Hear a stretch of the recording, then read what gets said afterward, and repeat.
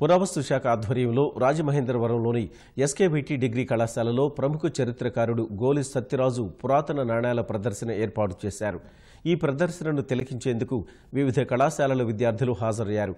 పురాతన నాణేలతో పాటు వివిధ కాలాల్లో మానవులు వాడిన వస్తువుల్ని ప్రదర్శించారు. తమకు తెలియని ఎన్నో విషయాలను ఈ ప్రదర్శన ద్వారా తెలుసుకుంటున్నామని విద్యార్థులు ఆనందం వ్యక్తం చేశారు.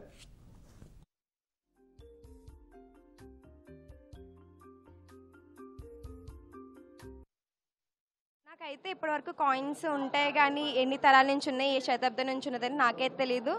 నేను ఇక్కడ రేర్గా చూసిన విషయం ఏంటంటే తాళపత్ర గ్రంథాలు.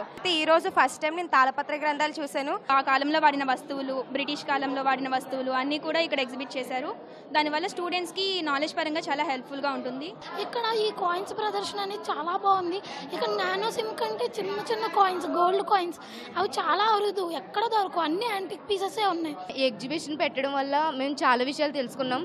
అంటే పురాతన కాలంలో కాయిన్స్ అనేవి ఏ విధంగా ఉండేవి అనేవి తెలుసుకున్నాం.